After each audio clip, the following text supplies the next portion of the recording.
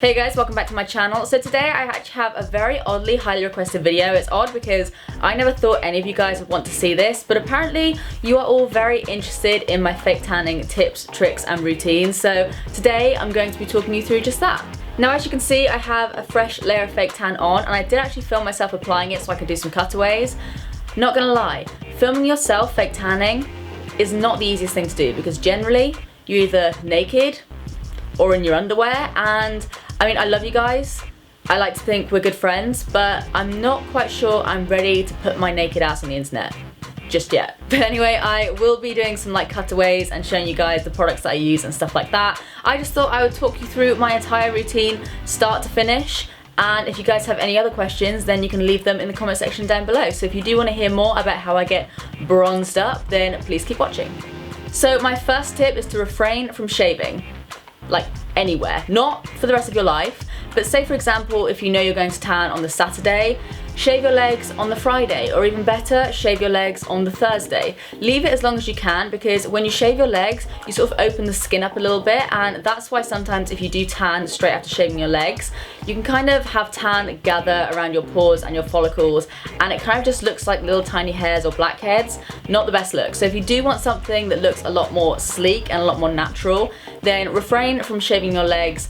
Maybe leave it a couple of days before if you can, and that will give you like an all-round smoother tan. Then it's probably the most important step of all, and it's probably the most long-winded as well, so get your notebooks at the ready. The next step is to exfoliate, like every inch of your body. And I don't just mean go with like a little shower loofah, I mean go hard on your skin, because you do not want any dead skin cells or anything like that to be lurking around your skin. I have a few exfoliators here that I like to use.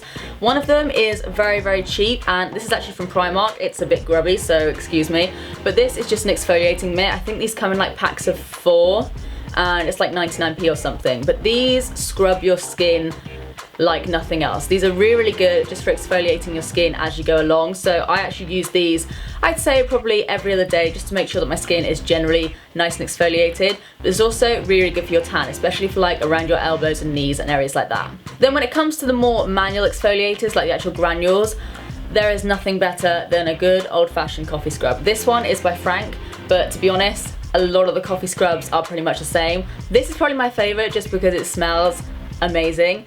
But I don't know if you guys have ever seen these before. I don't know if you'll be able to see it at all, to be honest.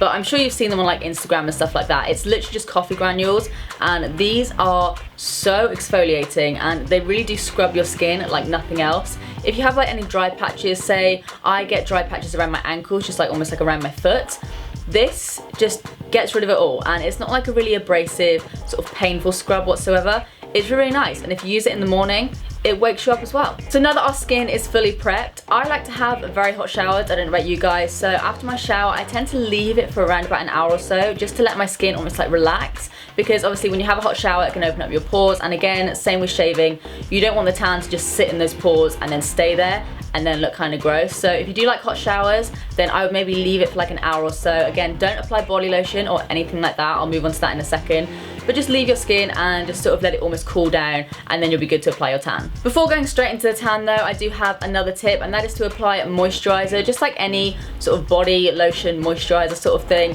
on the dry parts of your skin. So say for example your elbows, your knees, maybe around your ankles, also around your hands, even though they may not be dry. You don't want to apply too much fake tan around your hands, because it can kind of look like you're just wearing some sort of dodgy fake tan coloured long sleeve top. So I like to apply it around here, and I also apply it onto my hands and my feet as well, just to make sure that they don't go too orange, because I do like to apply it tan to my hands as well. Like I said, you can use pretty much anything. I just really like the body butters from the Body Shop. This one smells so good. It's the Fuji green tea. I like it just because it smells good, but the body butters are really good from the Body Shop, but you can use pretty much anything that you have. Okay, so now let's move on to the actual tan. I told you it's a long-winded process. The tan that I use and the tan that I swear by over anything else, like I literally don't use anything else, is the Loving Tan Ultra Dark.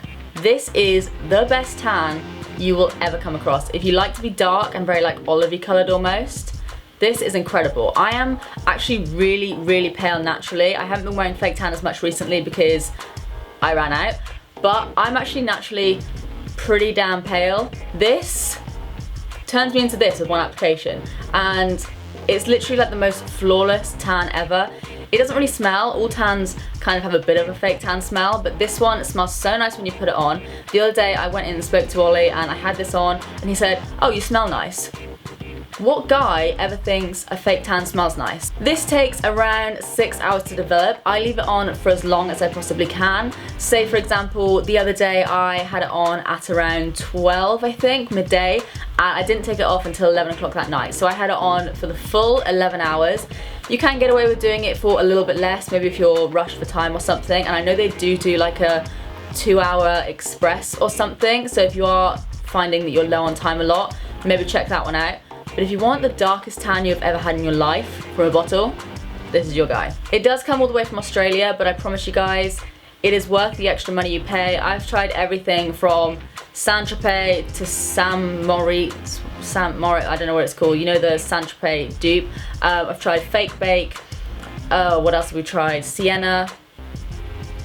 Literally pretty much every tan you can think of, including like really expensive ones to super affordable ones and ones in the middle. Loving Tan, my absolute favourite. And then I promise you guys, this is not sponsored in any way whatsoever, I just literally love it. I use their mitt as well because this is by far the best mitt I've come across. If you can find a mitt that's like almost velvety to the touch, I know Sienna do one, and I think a few other brands do them as well, but if you can find one that's kind of velvety and almost soft as opposed to the like sponge ones, these apply your tan so much nicer. They give you more of like a flawless effect as opposed to streakiness.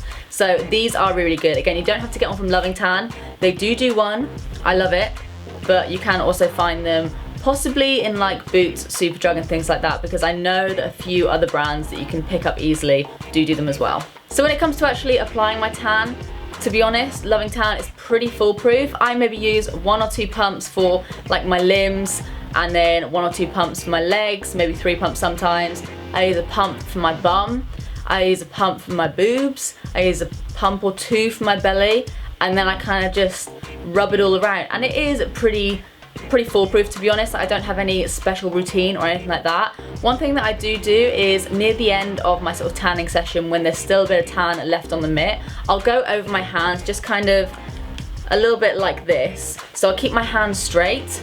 Gotta say, white nails and fake tan, not an ideal combination, but I will just go over my hands like that, and I'll keep my hands straight, and I'll lightly go around them on the outside here as well, because I always find that my tan hands go a lot lighter, a lot quicker than my body.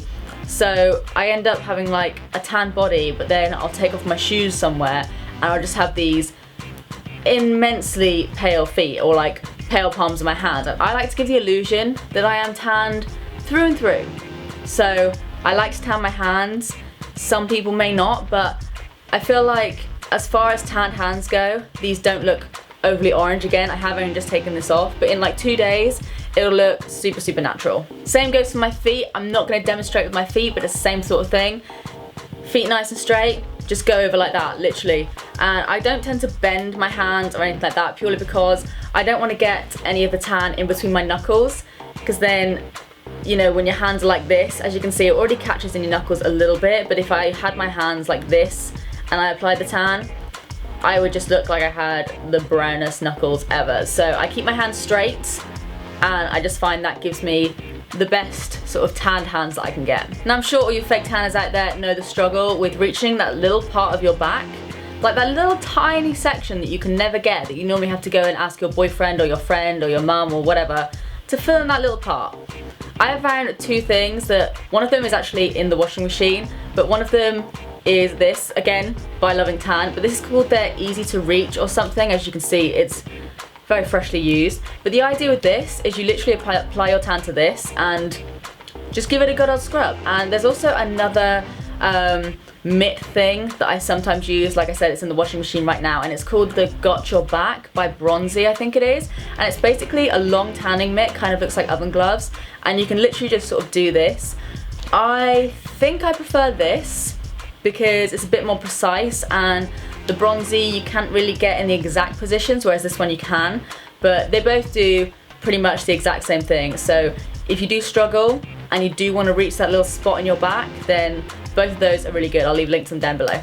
Once the tan is on, like I said, I tend to leave it for at least 6 hours, but if I can leave it on for longer, then I definitely will. I want to get my money's worth here. And then as soon as it's come off and I hop into the shower, this is actually a good tip as well. Don't hop into a really hot shower, because I don't know about you guys, but when I hop into a hot shower, I find that the colour of my tan fades so quickly. Like, I'll go in really, really dark and I'll come out and think, did I even tan? So try to go in as cold as you can. And like I said, I hate cold showers. I am a hot shower girl through and through. I try to do it as cold as I can, and you'll see less product actually comes off your skin, but you'll notice the guide colour still does come off, but you're left with being a lot darker than you would be if you had a hot shower, if that makes any sense. And then as soon as I come out, I go on with some more tan. This is just a Gradual Tanner. I think I mentioned this in one of my favourites videos. This is the Palmer's Cocoa Butter Formula. It's the Natural Bronze Body Lotion. I swear by this stuff. In some of my recent videos, this is all I've been wearing, and it does work. It's very, very moisturising, and it does take, I don't know, probably takes like 7 to 10 days to get like a fully dark sort of complexion.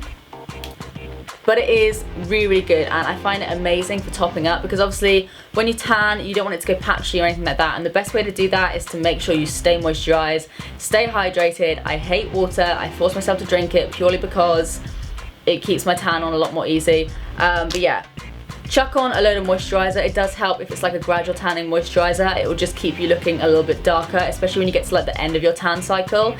You want something that can kind of keep you looking dark and also keep your skin moisturised, so you're not going to go patchy or anything like that. When it comes to tanning my face, I do like to actually tan my face using the Loving Tan, but that doesn't last for half as long as it does on my body, because obviously you're using makeup and wiping off makeup and things like that. So I actually do have some facial tanners that I like to use. My favourite of all time is the Saint-Tropez one. It is called the Bronzing Lotion Face. I think they've changed their packaging for this, but this is by far my favourite facial tanner. And then I also have this one from Clarins, which is really good if you want something that you don't necessarily have to use all the time. Say you have one moisturiser and you don't want to go out and buy a whole fake tanning moisturiser. These drops, they're called the Radiance Plus Golden Glow Booster. I literally just put a little bit of my favourite moisturiser into the palm of my hand, put a couple of drops of this in, and it does just give you a natural tan. So that's a really good option to keep your facial tan up. Then I'll quickly touch on some products that I like to use, say if I'm going on a night out.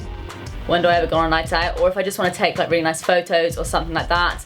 And it's these two products. Again, a Loving Tan one. This one is shimmery. This is called the Bronze Shimmer Luminous Cream, and again, this is in ultra dark. And then I also have the This Works Perfect Leg Skin Miracle. These basically perfect your skin. This one has a shimmer to it, this one doesn't, so you can use it depending on your preferences. This one's really good if you are going on a night out or something, and this is good for every day if you've just got your legs out. They're just really perfecting, and they keep you looking nice and bronzed as well. And then I have to say a week or so, because I do find Loving Tan lasts for around a week if you do all of these steps. It's time to take it off. Now, Loving Tan is not the easiest tan to take off, but it is if you have one of these. I cannot remember the name of these things. I've got the box here somewhere. The Tan Removing and Skin Polishing Glove. But what you want to do is you want to hop into a hot shower or have a bath if you can, and just soak for as long as you possibly can. Get this wet and scrub it over your skin. This is what takes off Loving Tan. You can go at it with one of these and it'll come off over time, but it's just so much effort. So if you're an avid tanner, these are amazing because they literally just take it off like nothing else I've ever seen before. So when it comes to removing your tan as well, I would say don't layer tans, because that's when it can get a little bit patchy and some areas of you can be a bit darker than others. Try and remove as much as you can as possible and just start from fresh. And then you repeat the whole process over and over again. I hate to think how many hours I have wasted from tanning my body. Anyway, I hope you guys found this video useful. Hopefully it answered some of your questions. Again, like I said, if you have any other questions, leave them down below and I'll be sure to get back to you. As always, please do give this video a big thumbs up and subscribe if you do want to see more of me. I post 3 times a week on Tuesdays, Thursdays and Sundays. But apart from that, that's it from me. I love you guys and I'll see you in the next one. Bye.